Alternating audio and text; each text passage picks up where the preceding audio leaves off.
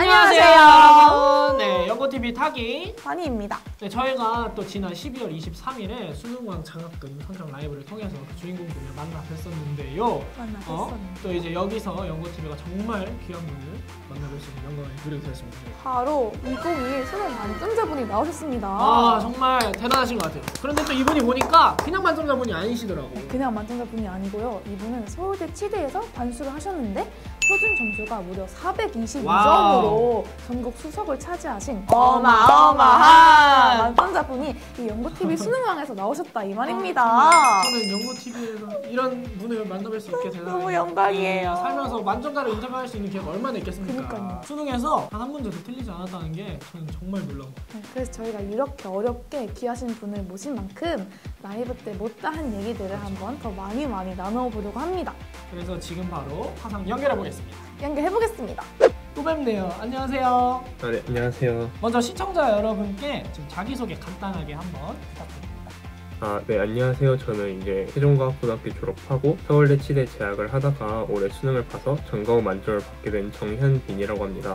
아니 이렇게 본인 입으로 만점 받았다고 얘기하는 게 진짜 너무 멋있어요. 와우. 와, 그 멋의 진짜. 뜻을 보는 것 같아요. 연고TV 수능왕 라이브에 출연을 해주셨는데 반응이 정말 어마어마했습니다. 네네. 실시간 동시 시청자 수가 4,500명까지 기록할 정도로 이제 반응이 엄청 뜨거웠어요. 혹시 연고TV 어제 이제 출연하시고 나서 주변에 반응이 어땠는지 한번 얘기해주세요. 주변 애들이 그런 거 안 본다. 너 나오는 걸 왜 보냐 이렇게 말을 하다가 또 막상 하니까 다들 엄청 많이 봤더라고요. 알면서도 궁금하니까 왜 봐? 이러면서도 다 봐요. 라이브 당시에는 현빈님께 많은 것들을 이렇게 구체적으로 여쭤보지는 못했는데 저희 연고TV 구독자분들을 위해서 또 이렇게 따로 시간을 내주셔서 정말 감사드리다는 말씀 먼저 정말 감사드립니다. 그리고 시작을 해보려 합니다. 네, 그러면 이제 한번 본격적으로 이야기를 나눠보도록 할게요. 가장 먼저 이제 서울대 치대를 다니시면서도 만점을 받으셨잖아요. 그래서 와우. 반수를 어떻게 병행을 하셨는지가 되게 궁금하거든요.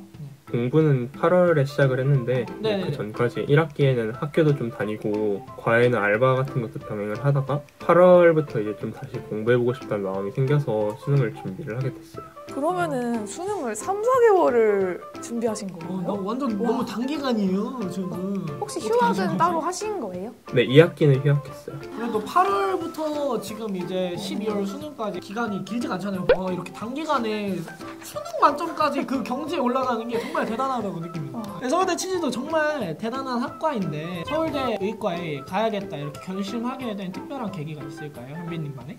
물론 서울대 치대도 제가 정말 좋은 과라고 생각을 하지만 제가 이제 작년에 학교 생활을 하면서 좀 스스로 되게 학교 생활이 되게 엉망이었거든요. 뭐 학점도 잘 안 나오고 뭐 딱히 이뤄낸 것도 없고 그래서 되돌아보는 시간 그런 걸 좀 가졌고 그래서 이제 좀 생각을 해봤는데 계속 공부를 해서 과연 만족을 할 수 있을까 조금은 미련이 남아서 이제 다시 시작을 하게 됐어요. 저도 반성을 좀 하게 되네요. 네. 혹시 그러면은 18학년도에 치대 가셨을 때도 정시로 합격을 하신 건가요? 네네 그때도 정시였어요. 그러면 혹시 그 당시에 수능 성적이 굉장히 좋았을 것 같은데 실례가 안 된다면 성적을 한번 얘기해 주실 수 있나요? 그때 원점수 기준으로 국어가 95점, 수학이 96점, 생원이 47점, 화투는 50점이었어요. 많아야 한두 개예요. 많아야 네, 한두 개. 그러니까요. 그래서 그래서 아무래도 기본적으로 원래 공부를 잘 하시는 분이니까 이렇게 단기간에 집중 빡 해서 엄청난 결과를 얻으실 수 있었던 게 아닌가 생각이 듭니다. 그렇다면은 이제 올해 수능 관련해서 질문을 조금 드려볼게요. 현빈님이 느끼시기에 2021학년도 얼마 전 수능 있잖아요. 전반적인 난이도는 어떠했는지. 솔직하게. 네. 일단 국어 같은 경우는 조금 어렵다고 느낀 부분이 되게 많았어요. 화작도 조금 어려웠고 문학에서 제가 EBS 공부 안 한 작품이 나와가지고 거기서 좀 당황을 했고 독서도 좀 어려운 지문이 한두 개 있어가지고 그래서 체감적으로는 조금 난이도가 있었던 것 같아요. 수학은 이제 1819 때는 킬러가 굉장히 어렵고 나머지 문제는 조금 풀만하게 나왔었는데 올해부터 킬러는 쉬워지고 중킬러가 되게 어려워졌다고 하더라고요. 올해 수능 같은 기조가 저한테는 더 좋아가지고 제 기준으로는 지난 수능보다 조금 편하게 풀었는데 그래도 이제 중간에 좀 턱턱 막히는 문제들이 몇 개 있어가지고 그런 부분에서 조금 당황을 했던 것 같아요. 수능인데도 다 맞는 것 자체가 더 대단한 것 같아요. 네, 수능 만점자도 인정했던 조금은 어려웠던 수능이 아니었나 싶습니다. 네. 그러면 혹시 문제를 푸실 때 모르는 문제는 하나도 없으셨나요? 모르는 문제는 딱히 없었던 것 같고 와우. 헷갈리는 문제는 몇 개 있었어요. 혹시 수능장을 나오시면서 약간 나 만점이다 이러면서 약간 확신을 좀 하셨나요? 오히려 저는 만점은 확실히 아니라고 생각을 하고 나왔어요. 제가 국어에서 틀린 게 있다고 살짝 확신을 하고 있어가지고 맞죠. 만점은 아닐 거다 이렇게 생각을 하고 지점을 했어요. 세부적으로 들어가 보자면요. 국어 같은 경우에는 전국에서 지금 통계가 나왔는데 만점자가 141명 정도밖에 없을 정도로 난이도가 어려웠대요. 어려웠다고 네네. 하는데 또 만점을 받으셨잖아요. 그쵸. 그 141명 중에 한 분이시잖아요. 분이시고. 특히 이제 까다로웠던 이제 이번 국어 시험에서 만점을 받을 수 있었던 그럼 현빈님만의 비결이나 혹은 핵심이 뭐라고 생각을 하시는지. 제일 중요했던 건 좀 멘탈적인 부분인 것 같은데 국어 같은 경우 1교시니까 멘탈이 좀 쉽게 흔들릴 수가 있잖아요. 당황할 수 있는 포인트들이나 그런 부분에서 멘탈 잘 안 흔들리고 잘 잡고 넘어가서 끝까지 좀 잘 풀 수 있었던 것 같고 올해 좀 달라진 점을 생각을 해보면 모의고사를 좀 많이 풀었던 것 같아요. 평소 공부할 때보다 모의고사를 좀 많이 풀었는데 인강 선생님들은 모의고사 많이 풀지 마라 이렇게 항상 말씀을 하시더라고요. 항상 많은 분들이 말하시는 공부 방법이랑 제가 공부한 방법이 되게 많이 달라가지고 저한테만 맞는 공부법인 건지는 잘 모르겠지만 전 모의고사를 좀 많이 푼 게 도움이 많이 됐던 것 같아요. 왜냐면은 어느 정도 이제 공부가 거의 다 완성이 되신 분이다 보니까 현빈님한테는 모의고사가 이제 좀 새로운 문제로 적용이 되지 않았나 싶은 것 같아요.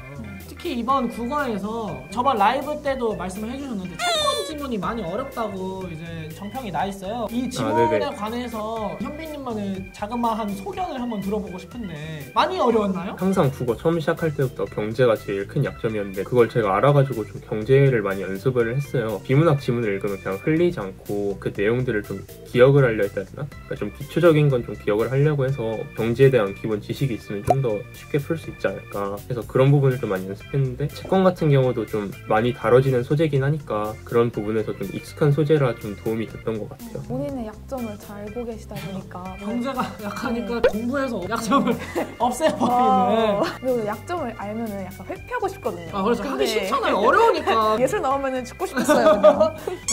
그래서 그러면은 이제 수학 가형. 저희가 또 수학 만점이 얼마나 어려운 건지 저희도 잘 알고 있잖아요. 맞아요.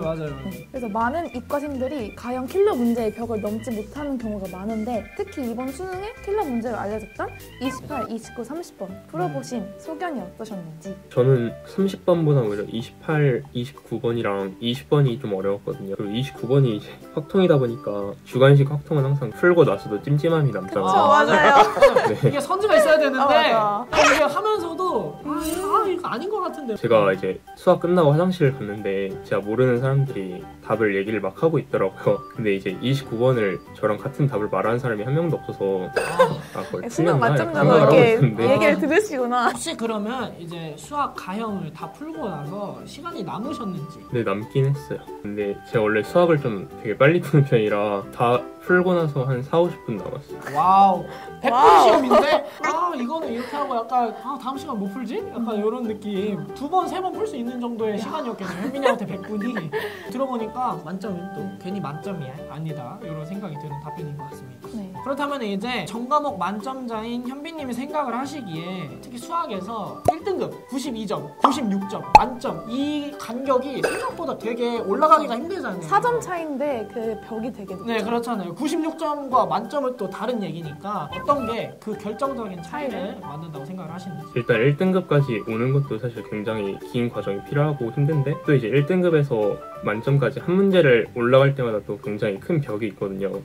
이제 왜냐면 저도 항상 만점을 받았던 건 아니라서 차이를 누구보다 잘 안다고 생각하는데 그런 부분은 1등급도 결국 자기 약점이 항상 있거든요. 그런 약점을 좀 잘 찾아서 그걸 회피하지 말고 좀 잘 파고 들어서 그런 약점을 해결하는 게 제일 중요하다고 생각해요. 경제 지문 말씀하신 것도 그렇고 약점을 극복해야 할 대상으로 보시는 거지 너무 이렇게 두려워할 그런 게 아니다. 그러면은 이제 과목별 공부를 어떻게 하셨는지 돌아봐야겠죠? 그렇죠. 국어 공부는 어떻게 해오셨는지 궁금한데 말씀해 줄 수 있나요? 인강은 김동욱 선생님 강의 들으면서 공부를 했고요. 혼자 공부할 때는 모의고사도 많이 풀고 새로운 낯선 문제들 많이 접하려고 노력을 했어요. 수능이 다가올수록 수능 직전에는 기출도 다시 하면서 기출에 대한 감각 그런 것도 계속 유지하려고 노력을 했고 수능 전 한 달에 이제 제가 많이 안 봤던 기출들인 3개년 정도만 뽑아서 그 3개년 기출 정도만 다시 반복하면서 공부를 했어요. 새로운 문제들을 계속 접하면서 실전 연습을 네, 또 실전 연습을 많이 했던 게 만점까지 쟁취할 수 있었던 비결이 아닌가 싶습니다. 특히나 이제 저희 같은 이과생들이 문학 파트를 조금 어려워하는 경향이 있어요. 이게 감수성이 조금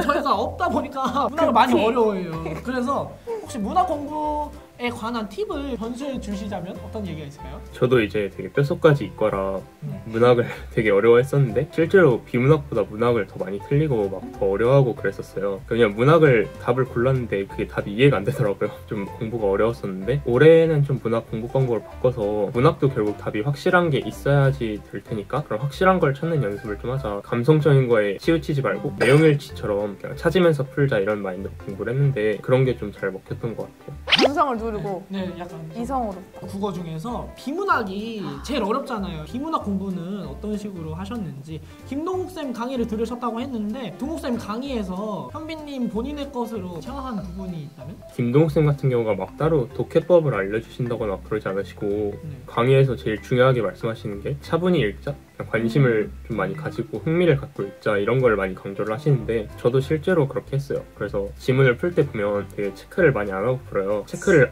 안 하는 게 핵심이 아니라 어떤 특정 구절 그런 거를 막 매몰되지 않고 지문을 좀 전체적으로 읽으면서 전체적인 좀 텍스트를 잡는 게 되게 중요했던 것 같아요. 그러면은 이제 생 지문으로 읽으시잖아요. 그러면은 문제 푸실 때 기억이 안 나지 않나요? 그런 부분은 지문을 읽으면서 좀 많이 집중을 하면은 대충 어떤 구절이 어디에 있었는지 대충 기억이 나요. 근데 이제 만약에 정보량이 너무 많아지면 그게 안 날 수도 있잖아요. 제가 체크를 무조건 하지 마라 이건 아니어서 넘버링을 한다던가 동그라미를 좀 친다거나 이런 것 정도는 저도 하는데 친구들 푸는 걸 많이 보면 거의 지문을 전체를 막 밑줄 거의 다 긋고 되게 동그라미 세모 이런 것도 되게 많고 그러더라고요. 그런 건 좀 안 좋은 것 같아서 그런 걸 고치라고 말을 많이 했었어요. 현민이 같은 경우는 이제 큰 줄기를 잡고 곁가지들은 이제 동그라미 같은 이런 식으로 해가지고 문제 풀 때 조금 헷갈리면 잠깐 돌아갔다 오고 이런 식으로 하셨던 것 같습니다. 그러면 국어 공부에서 본인이 가장 중요하다고 생각하는 한 가지를 뽑자면 그게 어떤 게 뭘까요? 있을까요? 공부 관련된 건 아닐 수도 있는데 시험장에서 결국 좋은 성적을 받기에는 저는 멘탈 관리가 제일 중요하다고 생각을 해요. 국어 공부를 평소에 하는 것도 굉장히 중요하지만 멘탈 관리도 틈틈이 연습하시는 게 좋지 않을까